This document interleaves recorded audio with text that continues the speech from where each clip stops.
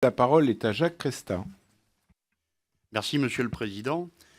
Madame la Ministre, j'ai écouté avec beaucoup d'attention votre intervention et j'étais tout à fait satisfait de voir que l'éducation numérique faisait partie de vos toutes premières priorités. Dans ma région, le Languedoc-Roussillon, nous avons engagé il y a 4 ans la mise en œuvre d'une disposition l'ordi qui met à disposition de tous les élèves de seconde un ordinateur portable qui devient le leur et qu'ils peuvent utiliser aussi bien durant le temps scolaire que pour leur travail personnel. Cette démarche, appuyée et soutenue par les services du rectorat, permet à tous les élèves d'être reliés à un environnement numérique de travail avec des données pédagogiques, et cela nous a paru être une première étape déterminante.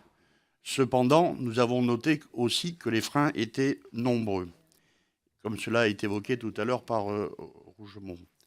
Avec la création en mars 2014 de la Direction du numérique pour l'éducation, l'État a décidé de passer à une nouvelle étape en cette rentrée 2014, riche de projets ambitieux relatifs au numérique.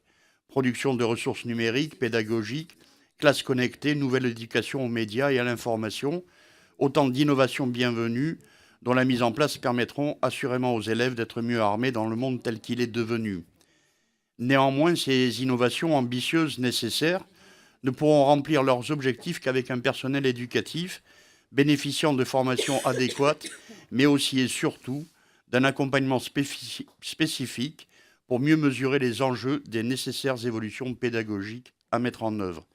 Madame la ministre, pouvez-vous nous préciser les actions et formations qui seront dispensées par les SP relativement au numérique, aussi bien pour les nouveaux enseignants que pour ceux qui souhaitent utiliser ces nouvelles formes de pédagogie? Merci. Merci Jacques Cresta. La parole